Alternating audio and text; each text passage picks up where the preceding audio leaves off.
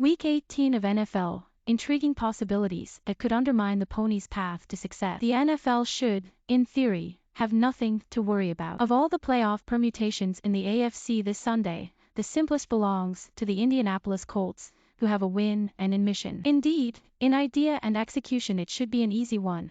So much so that the bookies have made them 15.5 points favorites against the 2-14 Jacksonville Jaguars, for whom the end of the season can't come soon enough. However, there is the nagging little statistic that one can't easily push away. The Colts have not won in Jacksonville since 2014, and so thoughts of an upset are very much to the fore. But why should this matter to the league, impartial as they are? Well, a defeat for the Colts would set the wheels in motion of a number of playoff permutations, one of which raises an intriguing possibility. A Jaguars victory immediately gives meaning to the game between Pittsburgh Steelers and the Baltimore Ravens, with a Steelers victory in turn giving rise to a scenario whereby the Los Angeles Chargers and the Las Vegas Raiders go into the final game of the regular season, knowing that a tie would send them both to the playoffs, eliminating the Steelers and the Colts. It has given rise to plenty of talk about the possibility of the two sides kneeling and punting their way through 60 minutes and overtime to ensure the favorable result. It certainly does bring into question the wisdom of staggering the kickoff times of games that hinge on results elsewhere in such a way. Brandon Staley, the Chargers head coach, admitted that it was fun water cooler talk,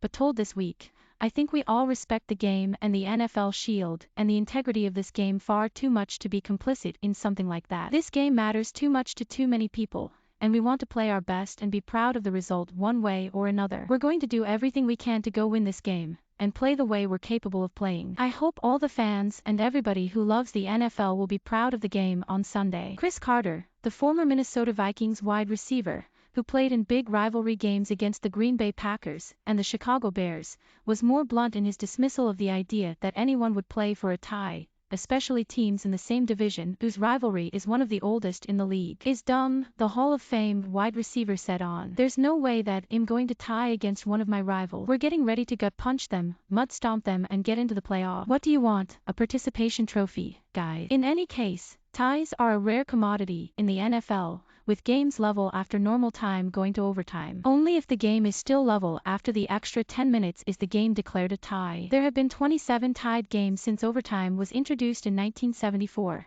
including 5 since overtime was reduced to 10 minutes in 2017. The powers that be will breathe somewhat easier should the Colts break their barren run in Jacksonville and the Chargers v Raiders becomes the winner-takes-all shootout that the TV schedulers assumed it would be. For if the Colts do win and go to 10-7, it immediately eliminates the Steelers and the Ravens, for whom the season has not panned out as planned. When the extent of the injury that forced him off the field in Week 12 became clear, Lamar Jackson, the Ravens quarterback, would have been left to hope that he would be back for the playoff. That now looks like being rendered moot, as in his absence the Ravens season has gone off the rails. Sunday's 20-19 defeat by the LA Rams was their 5th in a row, leaving them at 8-8. Take away the 41-21 defeat by the Cincinnati Bengals, whose playoff place is assured. Those 4 other defeats were lost by a combined 5 points, leaving Ravens fans to rue Jackson's absence, and some bold calls by Jim Harbaugh, the head coach. At least the Baltimore fans know that their star man will be back next year to lead another championship push.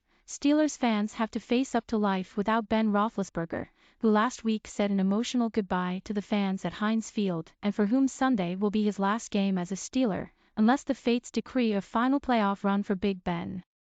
He hasn't yet officially confirmed his retirement, but it is widely expected that he will not look to move to another franchise when his deal runs out at the end of the season. The Steelers face an uncertain future without him, having shown little appetite to get a succession plan in place. But for now the fans will be keeping an eye on Jacksonville, hoping that the Jaguars can help prolong the Roethlisberger era by at least one more week. 2 becomes 1. In the NFC the picture is a lot clearer, with the final place going to either the San Francisco 49ers or the New Orleans Saints, with the 49ers in possession of the win and in card. That said, they will have to hope that the LA Rams rest some key players for their postseason push, but because Sean McVay's side are aiming to tie up the No. 2 seed, they could field a strong side to keep momentum going into the playoffs. Should they slip up, the Saints can snatch the final spot and will be hoping that the Atlanta Falcons have one of their all-too-frequent off days. Jacksonville Jaguars v Indianapolis Colts, kickoff, 6 p.m. LA Rams v San Francisco 49ers, 9:25 p.m. Las Vegas Raiders v Los Angeles Chargers,